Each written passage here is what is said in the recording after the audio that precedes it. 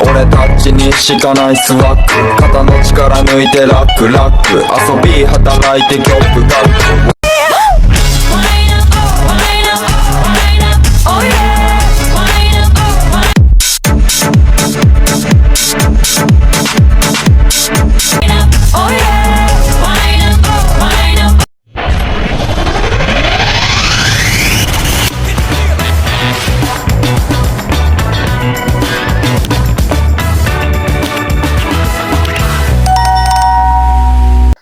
Krista, at the age of 15, negosyante na at ang inaabangang pagrampa bukas na. Kanino kaya ang spotlight? Ang buong detalye, sabay-sabay po nating alamin at pag-usapan ngayong araw. Pero bago po ang lahat, isang mapagpalang araw at gabi sa inyong lahat. Mega love shoutout sa lahat ng ating listeners, viewers, and subscribers saan mang sulok ng mundo, Mapalundon, Visayas at Mindanao. Lalong-lalo na po sa ating mga kababayang OFW. Kamusta po kayo mga kalingap? Mabuhay po kayo hanggat gusto nyo.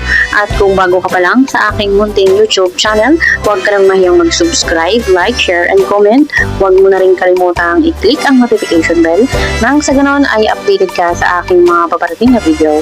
At syempre, patuloy po natin suportahan sina Kalingap Rob at ang ating ama ng Kalingap, ang nag-iisang founder, si Kuya Val Santos Matubang. Kung maaari po ay no skip ads nang sa ganon ay mas marami pa tayong malingap na nangangailangan at konting paunawa po kung maaari ay tapusin niyo muna ang kabuuang video nang sa ganon ay akma ang inyong mga komento. Ayun, and congratulations muna kay Krista at isa na pong reseller ng Gluta White Soap ng Velvet Box. Sa edad na 15 ay negosyante na at marunong ng kumita ng sariling pera. Samantalang ako, nung ako po ay nasa edad ni Krista, wala po akong ibang inaatupag kundi mag-aral at maglaro ng Chinese garter.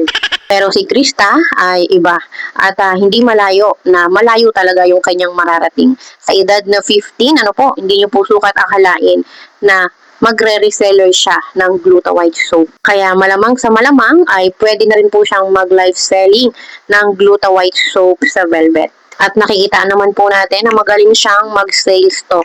Kaya po pag talagang live selling ay ubos din yung paninda. Kaya support po natin mga kalingap si Bebe CJ at bumili na kayo ng Gluta White Soap. At yun nga po mga kalingap ay bukas na ang inaabangan nating pagrampa ng mga Kalingap Angels at K-Boys. Sa SM Daet, 1 PM, kaya po abangan natin ito mga kalingap at abang po tayo baka naman merong magla-live.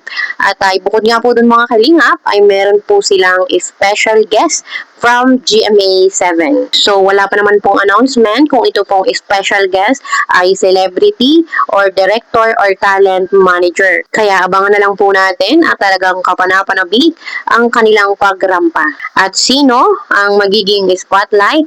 Sino kaya ang pupukaw ng atensyon ng marami? Although lahat naman po sila ay may taglay na kagandahan at kapugian ay meron po talagang mangingibabaw or spotlight yun pong kukuha sa atensyon ng marami. Pero ganun pa man ay appreciate po natin yung kanilang effort dahil lahat po sila ay nag-gym, nag-exercise para po maging fit at pinaghandaan yung fashion show. Kaya support po natin silang lahat mga kalingap. At bukod nga po mga kalingap sa pagrampa ay abangan po natin yung kanilang mga summer outfit at balita nga po ay merong magtataplex.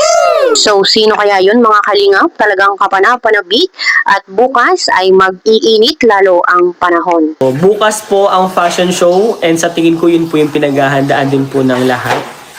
So yun muna po, abangan nyo muna po. Abang-abang lang po tayo. Habang wala pa pong upload, marathon muna kayo guys. Salamat po sa mga nag-sponsor po ng damit. Hindi lang po kila Krista, meron din po kila Bridget, kila Angelica, at iba pong K-Boys and K-Angels po. Kung gusto nyo pong sponsorin yung iba, pwede po. So sasabihin ko po kung sino-sino po yung nag-confirm. Pwede pa po itong mabago guys ha. Hindi pa naman po ngayon yung fashion show, pero pwede pa po siya magbago, pwede pa po siya magdagdag or magbawas. Actually yung iba po nag-confirm na po yun. Pero nag-back out din po kasi meron po silang biglaang lakad. So understandable po yun. And sana po irespeto nyo po yun, guys. Huwag po kayong magagalit. Huwag po kayong magtatampo. Huwag po kayong madi-disappoint. Kumbaga, irespeto nyo na lang po yung desisyon. Kung hindi man po sila makakapunta, makakasali, guys, irespeto po natin. Kasi hindi naman po yun yung fashion show na mangyayari, madami pa pong event na mangyayari. So sana po, irespeto nyo po, guys. Ito na, sasabihin ko na po. Ito po, guys, yung mga nasa poster po. Ilan ba to? 13 na lalaki and 12 na babae.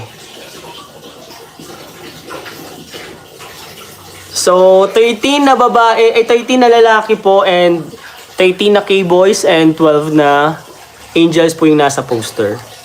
So, ngayon po, i-confirm ko na po kung sino-sino yung sigurado na pupunta po sa fashion show. And, ulitin ko po, hindi pa po ito yung sure talaga, yung final. Pwede po magbago pa mamaya or bukas ng umaga.